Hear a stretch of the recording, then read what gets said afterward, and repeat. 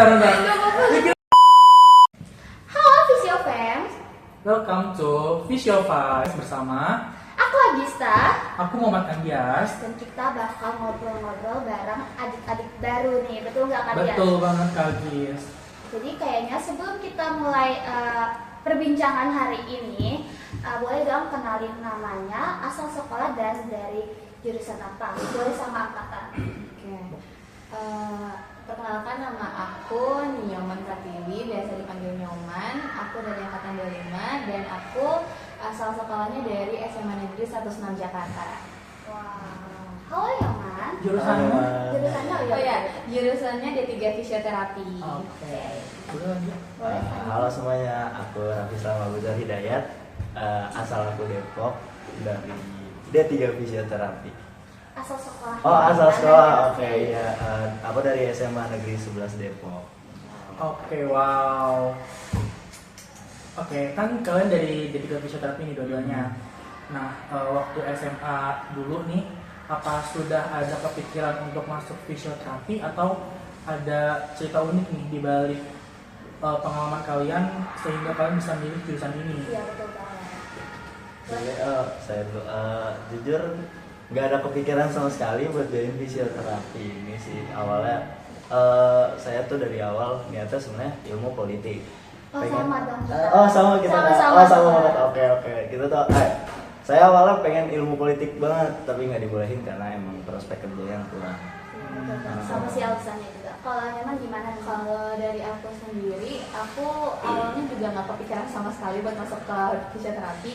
Aku justru belum minat ke Kesmas karena menurut aku suka kesehatan, tapi nggak yang itu banget, yang fisioterapi banget, yang itu banget kesehatan banget.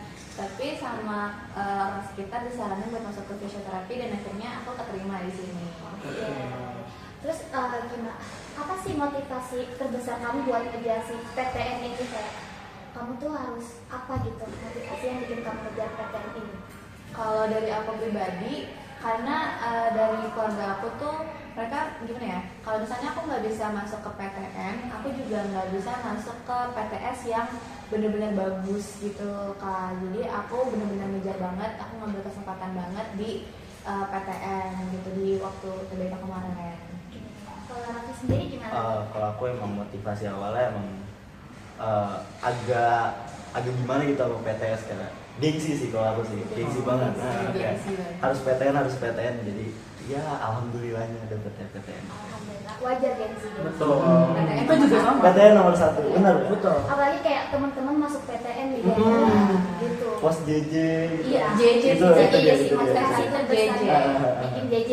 Yes, JJ. Oke, itu kan motivasi kalian ya untuk masuk PTN. Nah, waktu persiapan masuk PTN itu apa tantangan terberat yang kalian hadapi, misalnya dari belajar atau biaya atau dukungan keluarga atau ada tekanan dari teman atau lingkungan? Kalau dari aku sendiri sih tantangan terbesarnya sih di belajar sih aku bang. Soalnya aku kan sendiri nggak les, jadi aku belajar benar-benar pribadi dari sendiri dari YouTube segala macam. Itu aku belajar 6 bulan buat dapetin PTN ini, tapi aku nggak keterima sebelumnya kalau di SNBT itu. Aku jadi terima di jalur SMA. Oke. Kalau dari aku pribadi, sebenarnya aku ngerasa kayak tantangannya sama diri aku sendiri karena akunya tuh gampang banget insecure kan, apalagi waktu pas zaman aku study tour itu lagi hype-nya banget, terus banyak banget orang yang nge-share skor tryout-nya, terus aku tuh bener jadi minder banget, insecure banget di situ, terus jadi kayak bisa nggak ya gitu, terus jadinya malah nggak fokus belajarnya gitu sih. Jadi kayak ke pressure gitu Iya, ya. ke pressure.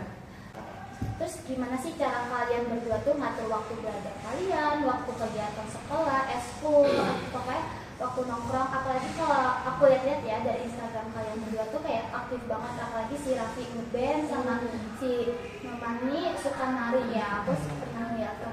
Gimana sih cara bagi waktunya? Kalau dari aku pribadi, sebelum aku biasanya kan kalau nari itu ditanya dulu, bisa nggak ikut ke acara ini, nampilin di acara ini gitu. Kalau dari aku lihat dulu nih skala prioritas aku lihat, aku susun dulu kedepannya selama persiapan atau selama pas hari H acara aku ada kegiatan yang bakal bentrok nggak. Kalau misalnya bentrok dan aku sendiri merasa kayaknya nggak bakal bisa nih buat ngebagi waktunya, kemungkinan besar aku lepas. Tapi kalau misalnya memang sebenarnya aku masih bisa gitu, masih bisa menjalani dua-duanya, aku ambil gitu. Terus kalau misalkan buat belajar biasanya aku maksimalin banget pas di sekolah. Terus jadi pas di rumah kayak misalnya paling ngerjain tugas-tugas, terus sama kayak nanya ke teman-teman gitu sih. Oke, jadi skala prioritas penting banget. Penting Betul. banget, penting banget. Catet.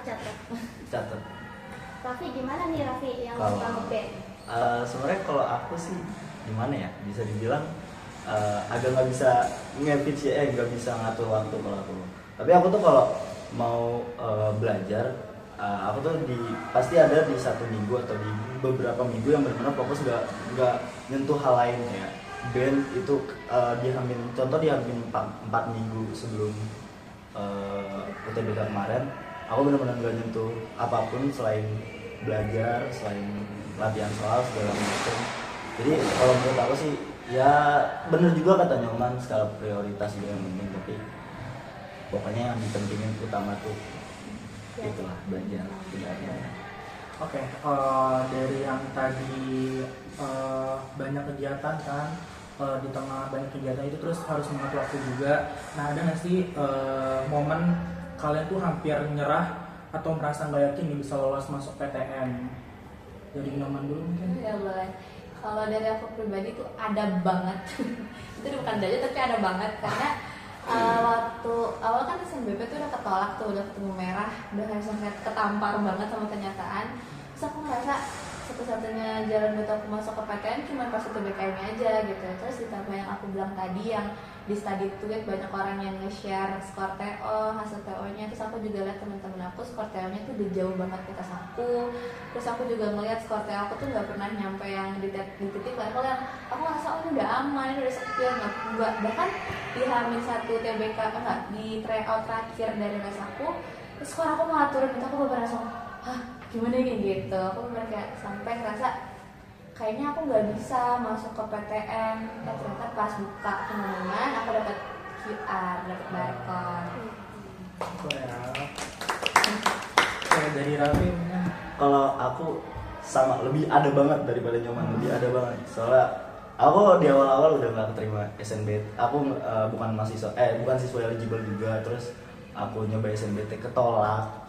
Terus itu benar-benar itu setelah SNBT itu ada kali seminggu 2 minggu itu bener-bener nggak ada pikiran sama sekali, bener-bener ngeblank semua, kayak bawaannya pengen sedih aja terus, bener-bener 2 minggu menyendiri di rumah. Tapi abis itu aku sadar sih kayak aku harus lepas dari sini. Jadi kita nggak boleh nyerah ya guys. Kalau misalkan udah gagal itu gagal itu dijadikan pembelajaran lagi untuk kedepannya supaya bisa lebih baik lagi gitu kan guys. Kan tadi kan ada kayak merasa down gitu ya. Ada nggak sih dukungan-dukungan yang berpengaruh buat kalian berdua? Kayak dari orang tua, teman, circle, atau mungkin pacar? Ada nggak sih? Siapa dulu? Kalau dari aku sih yang dukungan paling besar sih paling utama banget orang tua. Orang tua benar-benar ngedukung aku banget sampai aku waktu gak lolos SNBT, jujur aku nangis tapi ditenangin sama mama, kayak udah nggak apa-apa masih ada jalan lain. Terus itu yang bikin aku semangat lagi. Kalau aku sendiri sama sih, dukungannya pertama dari orang tua karena waktu pas SNBP aku awalnya nggak nangis. Terus pas aku ngeliat mama aku ditanya lolos enggak, aku langsung nangis yang kenceng banget. Terus bener-bener galau banget, sakit banget karena ikut UTBK gitu, takut kan, siapa sih yang nggak takut UTBK. Terus habis itu terus juga pas lagi nyari-nyari gimana, pas labil banget buat nentuin jurusan karena kan kita dikasih 4 pilihan kan. Terus itu dibantu sama orang tua juga. Terus pas les juga ngerasa kayak bisa nggak ya, tapi orang tua aku menganggap kalau aku bisa, jadi aku termotivasi buat ya bisa. Terus juga selain orang tua, aku ngerasa teman-teman aku dan lingkungan aku lumayan, yang bukan lumayan lagi sih, mereka benar-benar support aku banget. Mereka bantuin aku cara buat belajar gimana, terus mereka dukung yang kayak enggak, lu bisa, lu pasti bisa gitu. Oke, berarti kayak dukungan orang terdekat itu penting juga. Penting banget. Oke, kalian kan sekarang udah lulus nih di D3 fisioterapi. Nah, aku mau tanya dong, kenapa akhirnya kalian ini memilih D3 fisioterapi? Apakah ini pilihan utama atau hasil pertimbangan setelah mencoba dari beberapa jalur? Kalau saya sendiri ini benar-benar pilihan last choice, ujung banget sih, benar-benar kayak- Sama sih. bener ujung kita semua sama benar-benar itu di Aduh nggak keterima. aduh iya benar-benar kayak Iya, betul. aku kebetulan kan abis nggak keterima SNBT itu aku nyoba beberapa PTN mandiri juga kayak UNJ, PNJ dicoba juga, terus sama terakhir UPN. Sebenarnya yang pengen aku harapin banget kemarin tuh PNJ. Nah, tapi yang keterima di UPN dan D3 fisioterapi. Tapi sejauh ini malah alhamdulillah sih. Iya. Kalau dari aku sendiri sama, ini bukan pilihan utama aku, ini tuh kayak ibaratnya pilihan kesekian gitu. Terus habis itu, cuman gimana ya? Waktu itu tuh aku ada beberapa pilihan, cuman pilihan yang di atas ini tuh udah di ACC sama mama gitu. Akhirnya aku bilang yaudah gimana. Terus juga orang-orang terdekat aku pada kayak udah ambil fisioterapi aja, soalnya kan prospek kerjanya masih bagus banget ya sekarang, terus masih orang udah mulai tahu fisioterapi apa, terus habis itu ya ambil aja deh fisioterapi, kamu kan juga minat sama kesehatan gitu. Ya udah akhirnya ngambil, terus terima di sini gitu. Terus juga benar kata Rapi, malah bersyukur jadi keterima di sini. Benar. Terus kan tadi kan katanya ini pilihan terakhir. Terus gimana sih perasaan kamu pas buka, wah keterima tapi di D3 fisioterapi di UPN, gimana sih perasaannya? Senang, sedih atau anjir Kaget atau shock gitu? Awalnya shock dulu karena kan aku buka di HP, dapat VR, terus aku kaget, dapat keterima gitu. Terus pas aku lihat bawahnya D3 fisio, aku tuh langsung yang malah aku senang, jadi campur aduk gitu loh kak, nano karena aku tuh senang keterima. Tapi aku takut juga karena aku pribadi jujur aku nggak belajar biologi di sekolah dan aku ngerasa fisioterapi itu benar-benar yang biologi banget. Terus aku takutnya kayak ketinggalan sama teman-teman kan, terus gitu sih. Terus habis tapi aku seneng banget sih pada akhirnya. Kalau aku benar-benar di awal-awal tuh seneng banget bisa keterima di D3 fisioterapi karena ini tuh benar-benar mandiri terakhir, pengumuman dibuka terakhir benar-benar yang paling akhir banget itu kan di UPN ini.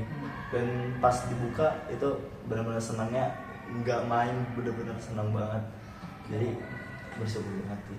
Tapi sempet nangis gitu kayak alhamdulillah kita keterima gitu. Sempet sempet meluk mama juga di situ. Ya, sama juga Sempet, meluk, iya benar-benar. meluk langsung.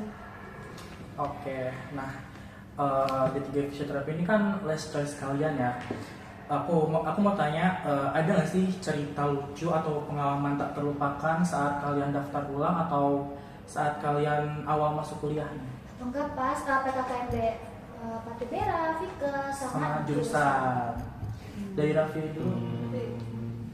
Kalau momen lucu ada nggak ya?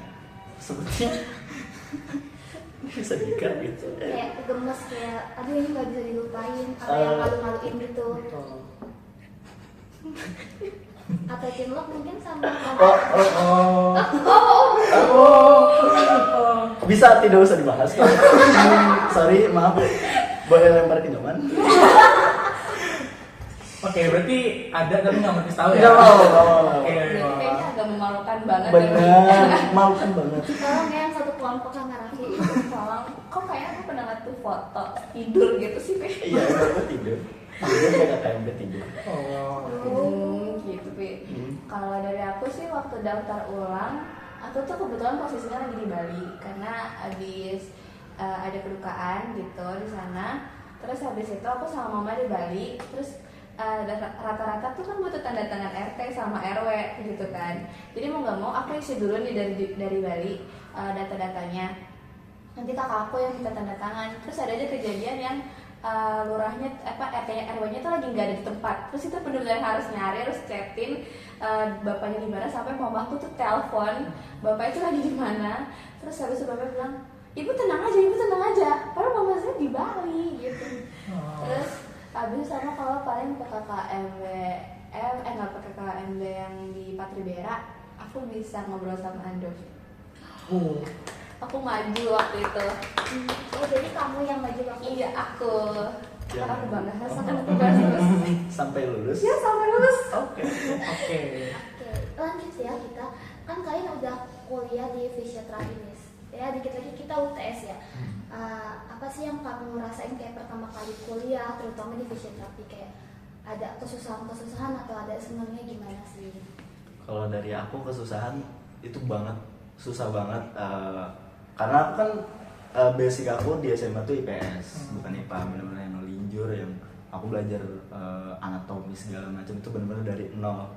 Tapi makin jauh makin kesini kayak ternyata seru loh. Fisioterapi itu materinya materi seru, tapi ya masih ada agak kesusahan gitu di materinya. Sama kok aku ngajar juga, aku dari IPS. Oh kebetulan sama banget. Pantesan kita mau ilmu politik. Iya.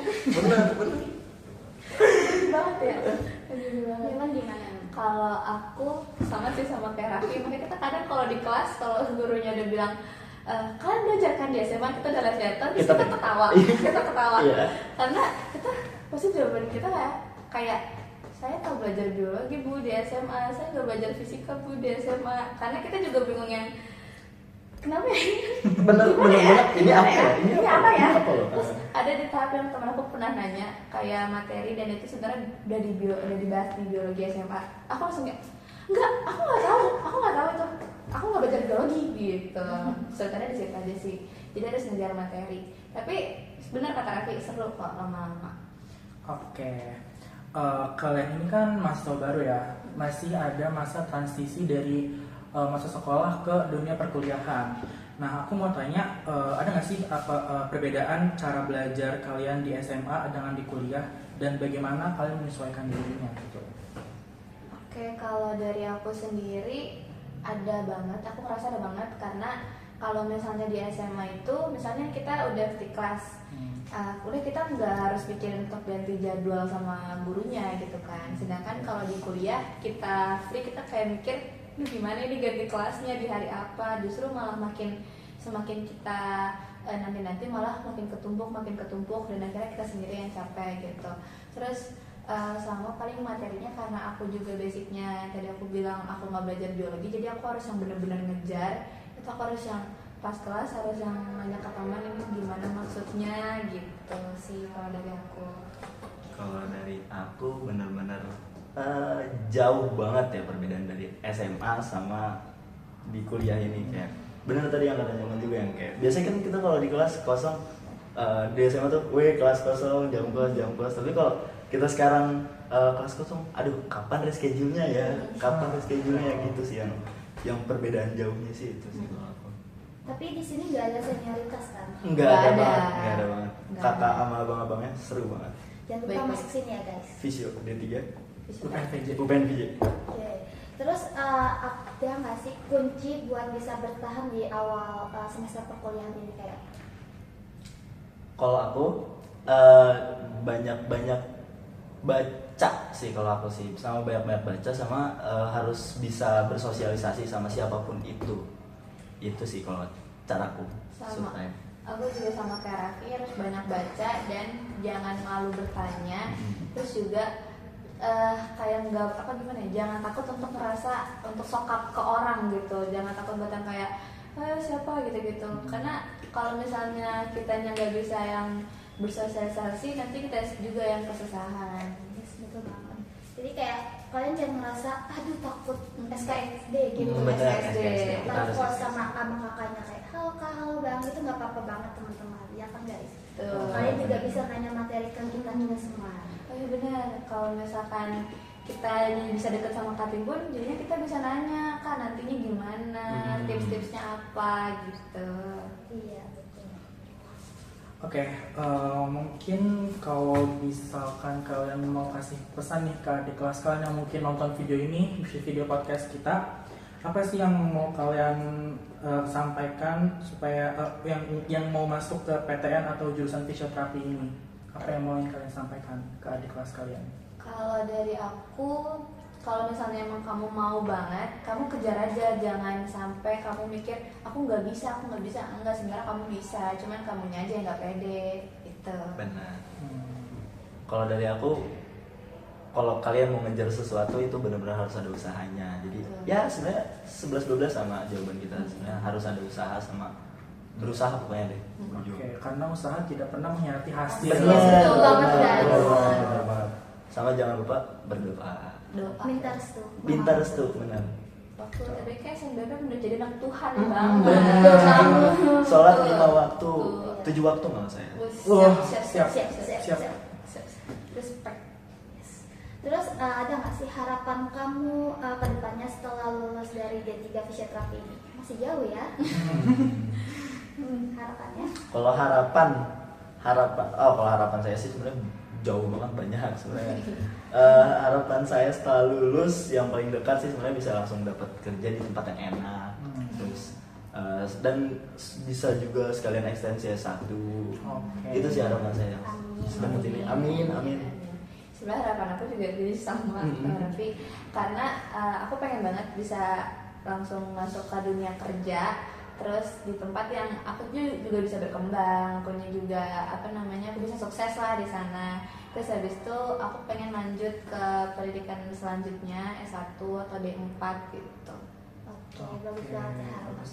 Guys, sebelum kita tutup sesi podcast kita kali ini, boleh dong satu kata buat fisioterapi ini. Seru banget.